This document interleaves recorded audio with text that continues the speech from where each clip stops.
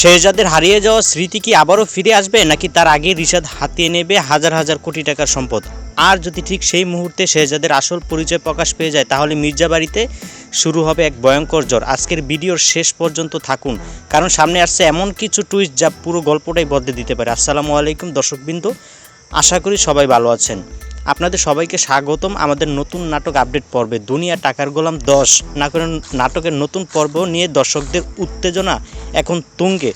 আগের পর্বে এমন কিছু ঘটনা ঘটেছে যা গল্পকে নিয়ে গেছে একদম নতুন মোড়ে। বিশেষ করে ঋতুর আচরণ দেখি স্পষ্ট বোঝা যাচ্ছে সে ধীরে ধীরে গোলামের প্রতি দুর্বল হয়ে পড়ছে। অন্যদিকে ফাতেমাও গোলামকে নিজের জীবনে পাওয়ার জন্য মরিয়া হয়ে উঠছে। ফাতেমার পরিকল্পনা ধীরে ধীরে সফলতার দিকে এগোচ্ছে।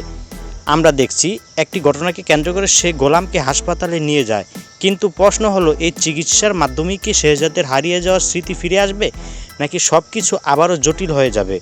এদিকে রিশাদের হাতে এসে পড়েছে এমন এক তথ্য যা তার লোভকে আরও বাড়িয়ে দিয়েছে। বহু কোটি টাকার সম্পদের খবর পাওয়ার পর সে এখন যে কোনো মূল্যে সেই সম্পদ নিজের নিয়ন্ত্রণে নিতে চাচ্ছে, কিন্তু এই কাজ সম্পন্ন করতে তার দরকার শেহজাদের স্বাক্ষর। এখন সবচেয়ে বড় প্রশ্ন হচ্ছে, রিশাদ যখন তার পরিকল্পনা বাস্তবায়নের জন্য এগিয়ে যাবে, তখন কি সব কিছু তার ইচ্ছা মতো হবে, নাকি ঠিক সেই সময় শেহজাদের স্মৃতি ফিরে এসে পুরো খেলাটাই উল্টে দেবে?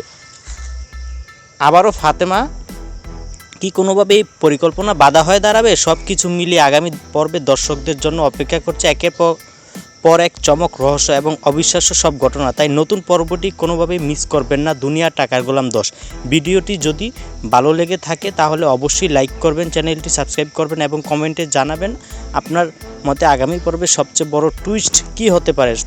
ধন্যবাদ সবাইকে।